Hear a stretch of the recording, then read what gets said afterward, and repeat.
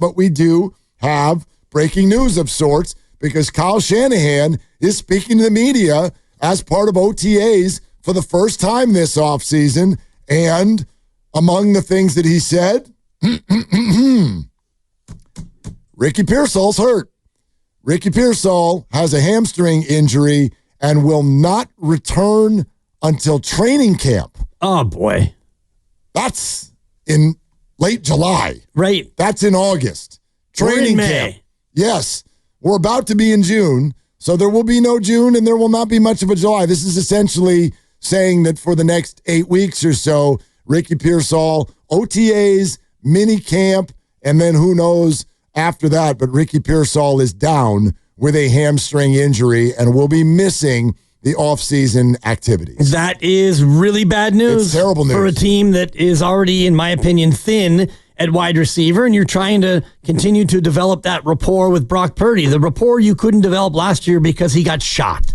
So you get shot, you miss a big portion of the season, and now this year you come out and you've got a hammy, and if you look at training camp and, just trying to put the puzzle pieces together, and, this might call for an emergency text to Dr. Nirav Pandya to get his thoughts, but if you have a hamstring injury in May and you're going to be out until July, and that's 2 months, that to me feels like grade 2, if not even more severe if you're going to miss that much time. Well, I don't know. I mean, I hear what you're saying based on, quote, that much time, but there are no games between now and then. So it's also, as we always hear, hamstring injuries are so tricky. There's a high level of recurrence. So this could be something where it's like, actually, he'd only be out 2 weeks or whatever if this were a game week.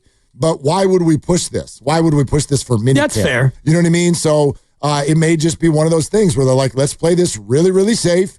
And Ricky, you'll do your stuff off to the side as we ramp you up. And let's have you ready for the last few days of the month of July. It may be that, but I'm not dismissing what you're saying at all. I am a huge Ricky Pearsall fan. I am very high on where Ricky can go this year. I think he can absolutely be their number one receiver. That's my baseline right now for Ricky Pearsall, and there's no reason I see for concern yet unless this does in some way bleed into stuff that actually matters for the 49ers, because that is not a position where they can afford to lose one of their top guys out of the gate of the season. Yeah, and the date where it really starts to matter is July 25th. You're right, the opening of camp. So if it's just a couple more weeks of this off-season stuff, then, yeah, you don't want to rush him back. So it could just be a minor grade 1 where you're just going to hold him out as a precaution. And after 2 weeks, well, you're done for the summer anyway until July. So not necessarily totally alarming, but just bad news to have an off-season that went pretty much the way you had hoped. Your quarterback got done. Your tight end got done. Your linebacker came back. He's done. Whatever free agent moves you did, heck, you found yourselves a new punter and you drafted a bunch of guys. Today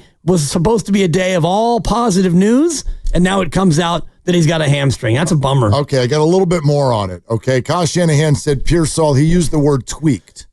He tweaked his hamstring. Okay, not likely to practice in full until training camp starts in July. And then, they talk about a couple other players who are dealing with a little of this or a little of that. But they use the word tweaked, which I think makes it, that leans a little bit in the direction of this is precautionary. No? Perhaps.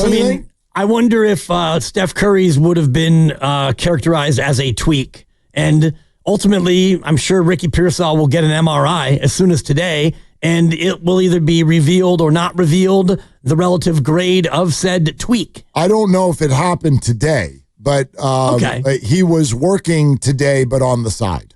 All right. So he was working out today, but not in the 7-on-7 drills. The Niners' top 3 receivers, want to take a guess?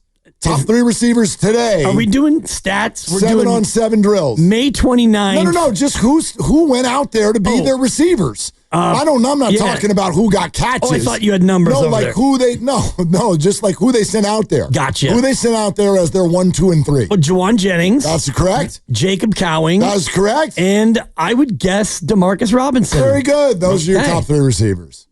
There you go.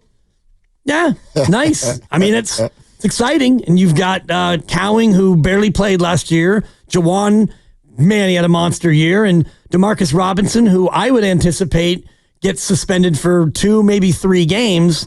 His DUI, I was looking at some of the details yesterday. It involved him going 100 miles an hour. That's not okay. No. Not okay. Not only is a DUI not okay, but when you add in an extreme high rate of speed. That's how people get killed. Correct. Yeah. And we've seen it before, Henry Ruggs and others. So still in jail. Correct. Yeah. So if I were the Niners, I would be anticipating 3 games. I don't even know when that will be handed down, but yeah, I don't know. He could be, when he comes back, he could be a very productive receiver for him. No doubt. No doubt. Yeah. So anyway, that's kind of the baseline, and we'll have more from what Kyle Shanahan said as we kind of watch it all unfold on social media and as the Niners start to post things. But Kyle just started talking about a half hour ago, and so some of the nuts and bolts of that we'll have throughout the day, but that's the lead. Ricky Pearsall's got a hamstring injury, probably not going to participate with the team for OTAs and minicamp over the next couple of weeks, but late July, they'll ramp him back up, and he should be fine unless there's some sort of a setback between now and then.